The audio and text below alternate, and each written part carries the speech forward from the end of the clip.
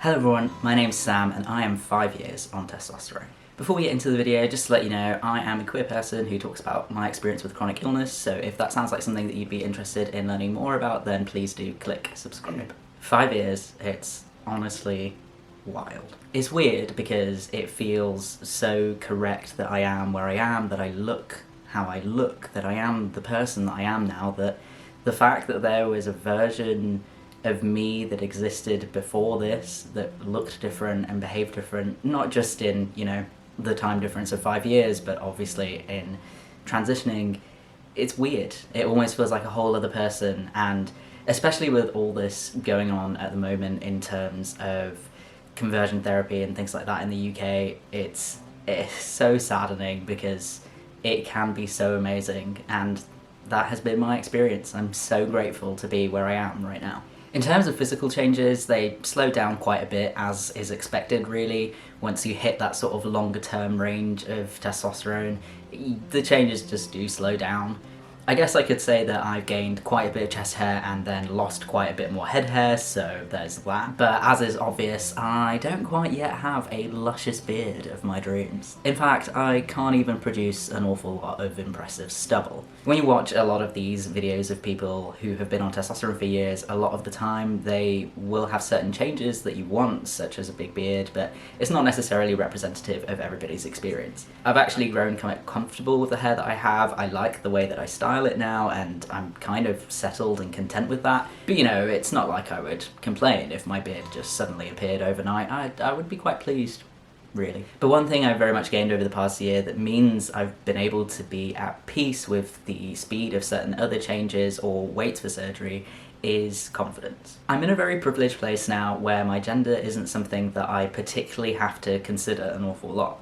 Of course, it comes up here and there in some jokes that I make or posts that I make on my Instagram, TheSamThatIAm. And sure, there are sometimes moments of dysphoria that just crop up here and there and upset, although the upset bit is usually just caused by government pricks. Generally though, I'm just a man living my life. I go for my testosterone injections once every 3 months or so, and that's basically it. I'm otherwise just living. It still sometimes feels like a new and unexpected feeling for me, even though I've been sat with it for a little while now. I sort of always expected my manhood to be marked with an asterisk of trans, but it doesn't really feel like that's the case an awful lot. That asterisk of trans is there when I welcome it into my life and when I choose it to be there, where I choose to be visible or choose to have these conversations, but on a general note, it's really something that can fade into the background. I must say though, I think my appreciation for gender euphoric moments, whilst they're a lot more rare now, is still very much here and probably will continue to be.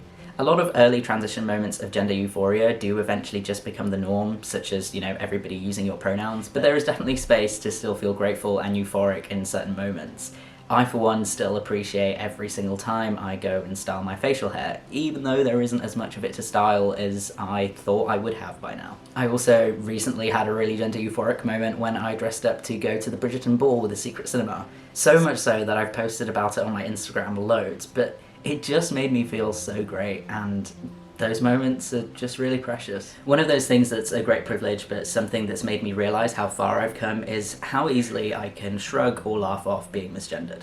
Before, when it was something that I was really insecure about, I couldn't understand why people who were further along in their transition or other cis men said that they could just laugh about it. It felt so crushing every single time. But now that my existence and safety doesn't feel like it depends on being gendered correctly, it really is that simple. I do just laugh and shrug it off. And I hope that that can give hope to some of you that are still really struggling with that as part of their life. I try to remember this when there's something that I'm really struggling with when it comes to my gender. All the stuff in the news at the moment is really getting me down, and so remembering these things really helps. Currently, I'm also getting really obsessed with bottom surgery again, and it's almost at the levels that top surgery used to be for me. I think it's kind of because surgeries have resumed, and so all over social media and stuff, a lot more people are talking about their surgeries and their experiences, and I'm immensely happy for them, but because there's so much information out there now, it makes it easy to obsess over it all over again. It's exciting, really, that surgeries are back, but because there's no date to cling on to, it makes it really difficult just to sit there and wait, really.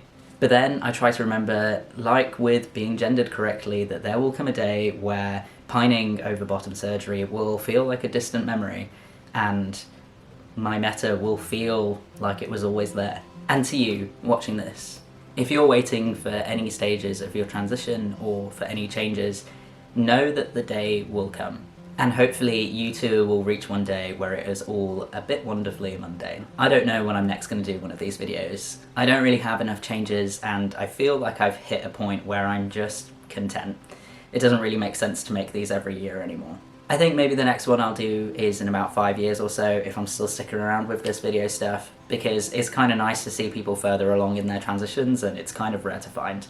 However, if I do randomly get a beautiful beard or get the dream surfer dude body, then maybe I'll update you guys a little bit sooner. But for memory's sake, it's not really a testosterone video if you don't do a voice comparison and a comparison of your face. I've really sucked at that whole like everyday photo thing, I'm not gonna lie, so I did just take one today for the sake of it, but these are the differences. And this might not be the most accurate thing because I was recently sick and so my voice is a bit weird, but... This is my voice 5 days on T. Hi, my name's Sam and I am 5 years on T. But for now, thank you all so much for watching. I hope you enjoyed the video. What are you looking forward to the most in your transition, or what have you enjoyed the most that has already happened? Please do let us know in the comments. Thank you so much for watching. Please like and subscribe, and I'll see you guys next time. Goodbye.